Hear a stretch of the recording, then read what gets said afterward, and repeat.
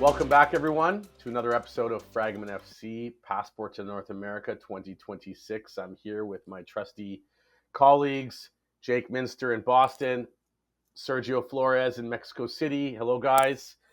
We thought we'd have an episode for you all to recap what's happened, what we can look forward to this summer. So let's get right into it. The seasons in Europe are over. We have Barcelona as champions in La Liga. Liverpool ran away with the EPL title. Napoli, only their fourth title, won on the last match day. Union Gallois FC in Belgium. I bring that up because it's their first title in almost 100 years. PSV beating Ajax, nipping them out for the title in the Dutch Eredivisie. Bayern Munich returning to glory. Harry Kane's first major trophy with Bayern Munich. And all that also culminated with the Champions League final, which for a neutral, I guess, wouldn't have been the most exciting final. It was over almost when it started. But for someone like myself, who cheers for the great AC Milan, it was a glorious day seeing Inter lose as they did. However, full marks to PSG. Fantastic run. Having lost Messi, having lost Mbappe, having lost Neymar, new coach in Luis Enrique, and going on to win their first Champions League trophy. Full marks to them. Incredible match, incredible season for them. Winning the treble in France, or winning the domestic league and the cup. So full marks to them. And many of those players will be playing, not just PSG, others will be playing in the Club World Cup. So Sergio, why don't I pass you to speak about what we have to look forward to this summer from a football/soccer perspective?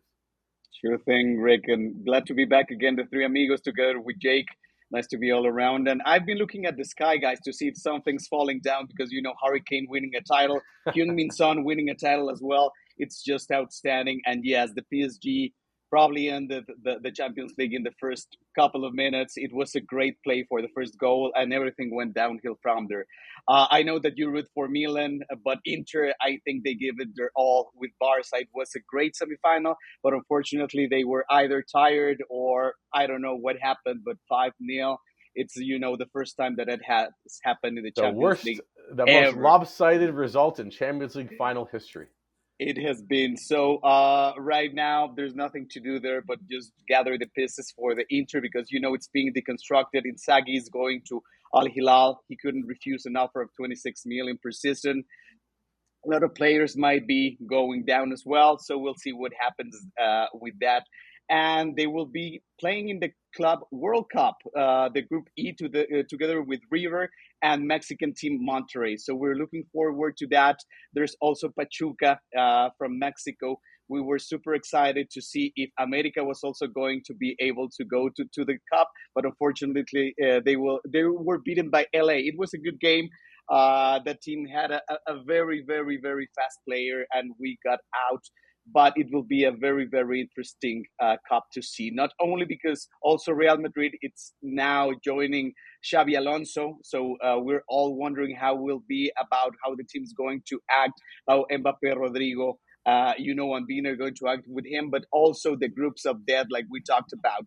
Group B with PSG and Atletico de Madrid, Botafogo, and Seattle Sounders just sounds like a group that will be on fire all the time. And also Group C with Bayern and Boca, Benfica, and Auckland City. So it's just something to watch about. Let's see how it rolls out.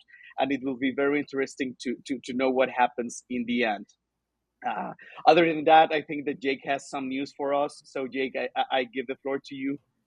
Thanks, Sergio. Yeah, so there has been a significant policy development in the U.S. that could affect international players playing in tournaments in the United States.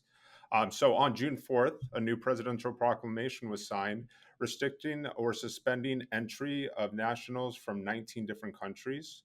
12 of those countries, including Iran, who have already qualified for the World Cup, are facing full entry suspensions. Another 7 countries like Venezuela, Togo, Sierra Leone face partial restrictions focused mainly on specific visa categories. But what's important here is that the order includes a clear exemption.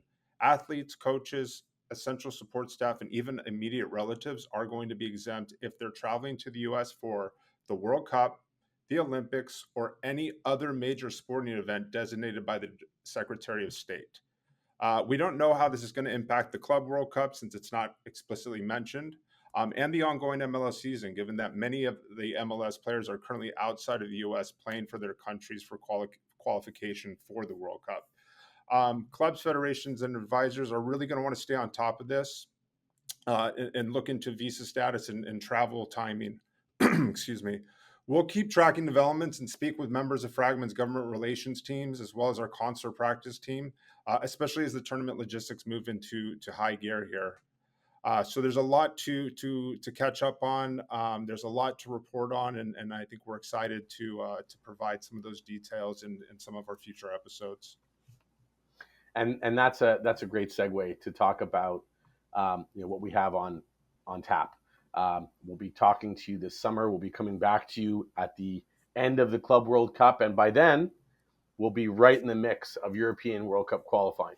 An expanded 48 team tournament, and as Jake referenced, we will be speaking to you more about these policy developments, which could impact who can come, for how long, all of those sorts of things as we get closer to the World Cup. But for now, enjoy the summer, enjoy the Club World Cup.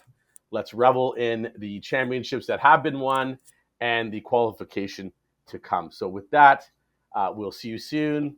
Hashtag FragomenFC. Keep an eye out for future episodes, and we'll see you all soon. Thank you, guys. Thank you, everyone. Bye-bye.